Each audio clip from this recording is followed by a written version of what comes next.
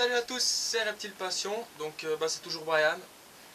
Alors pour cette vidéo je vais vous présenter un de mes reptiles, mon préféré, le boa arc-en-ciel, donc l'Epicrate conchria conchria, donc de la famille des boïdés, tout ce qui est boa. Alors pour ses caractéristiques, c'est un serpent arboricole, qui vient des forêts tropicales en fait et tout. Donc c'est un serpent qui se maintient encore assez facilement, qui a un caractère pas trop agressif. Une fois adultes, quand ils sont jeunes, ils sont un peu plus sur leur garde, mais ça va, moi la mienne c'est bien calmé. Donc pour ce qui est de la taille adulte, ce serpent peut faire 1,80 m à 2 mètres. J'ai beaucoup discuté avec des éleveurs, ils en ont rarement vu des 2 mètres, mais déjà 1,80 m, puis à peu près un diamètre au plus gros de 10 cm pour les femelles en fait. C'est un serpent ovipère, donc c'est un serpent qui ne pond pas d'œufs, qui fait directement les petits comme ça. Donc alors là le terrarium, je devais attaquer le nettoyage, donc j'ai enlevé toutes les branches, c'est pour ça qu'il est un peu déplumé. J'ai aussi éteint la fontaine. C'est un serpent qui doit avoir 80% d'humidité, donc 80%. Deux cachettes toujours, une au point chaud et une au point froid. Moi normalement avec les branches ça me fait derrière la fontaine une cachette au point froid. Et bien sûr que j'ai enlevé pour la vidéo parce que je vais nettoyer le terrarium. Un point d'eau.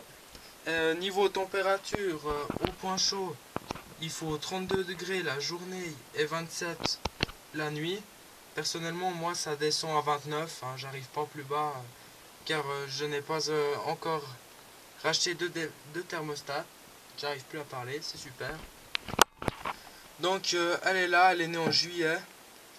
Elle va bientôt muer, donc elle n'a pas des couleurs exceptionnelles. Hop là, ma jolie. Et là. Tac, à une main, c'est pas facile. Alors, comment je vais faire ça? Éviter de la lâcher. Elle est là.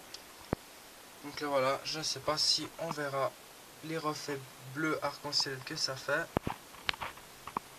Alors là, elle est un peu sur ses gardes parce que je l'ai un peu réveillée brutalement.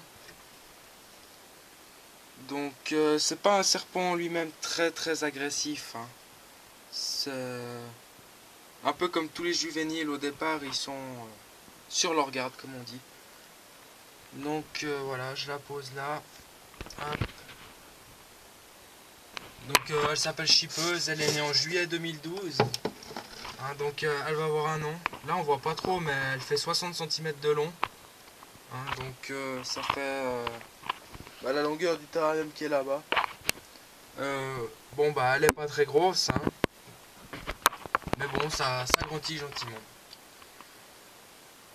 Pour ce qui est de l'humidité, je sais pas si j'en ai parlé, il faut 80% d'humidité.